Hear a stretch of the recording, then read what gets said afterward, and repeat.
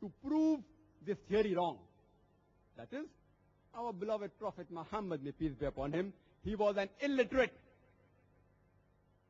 And Quran testifies in Surah Ankabut, chapter number 29, verse number 48, that thou was not able to recite any book before this book was revealed, nor was thou able to transcribe it before this. In that case, indeed, the talkers of vanities would have doubted. Allah subhanahu wa ta'ala knew that people would doubt the source of the Quran. That is the reason that in his divine wisdom, he chose his last and final messenger, Prophet Muhammad, may peace be upon him, to be an ummi, an illiterate, an unlettered prophet. Otherwise, surely the talkers of vanities, the babblers in the marketplace, would have something to say. And if the prophet was literate, the critics, the cynics, would have had some weight to say that the prophet copied it from somewhere else and rehashed it in a new form. Nauz billah. But even this claim is denied. A point hardly big enough to hang a fly. And our Qari, Brother Ashraf Muhammadi, he recited the verse of the Quran from Surah Sajda, chapter number 32, verse number 1 to 3. Alif Lam Mim Tanzilul Kitab la Rayba Fi min Rabbil Alameen. Alif Lam Mim.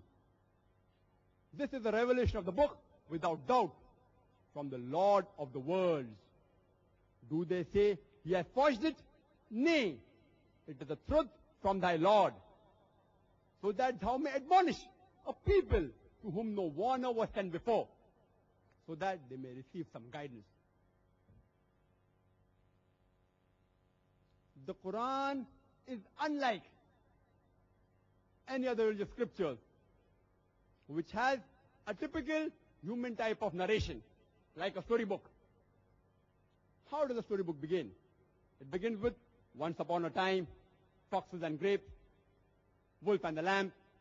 Similarly, if you read other scriptures, it says, in the beginning was God, he made the heavens and the earth. In the beginning was the word. It may say, now it came to pass as though so it happened. The Quran does not have such human narrations. In the beginning was so and so. And if you read the other religious scriptures, they have a typical sequence of the human narration. It talks about a particular person, it talks about his family, about the children, and the sequence runs in order. Chapter 1, chapter 2, it's in order. Quran too speaks about people and the family life, but it speaks not in a particular sequence like the human story book.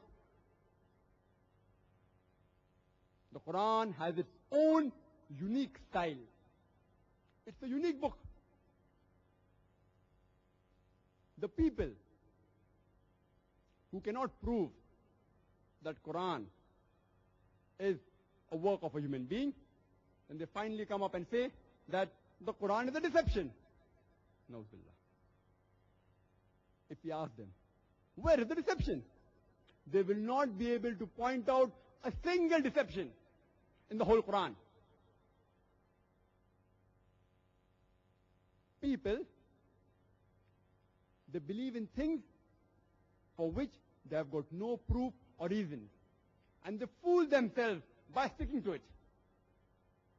For example, if I believe that this particular man, he is my enemy, for which I have got no proof, for which I have got no reason. But the moment that man comes in front of me, because of my false belief, I start behaving like his enemy. He reacts and too behaves like my enemy. And then I satisfy myself. See, I was right. This man is my enemy. Because he's behaving like my enemy.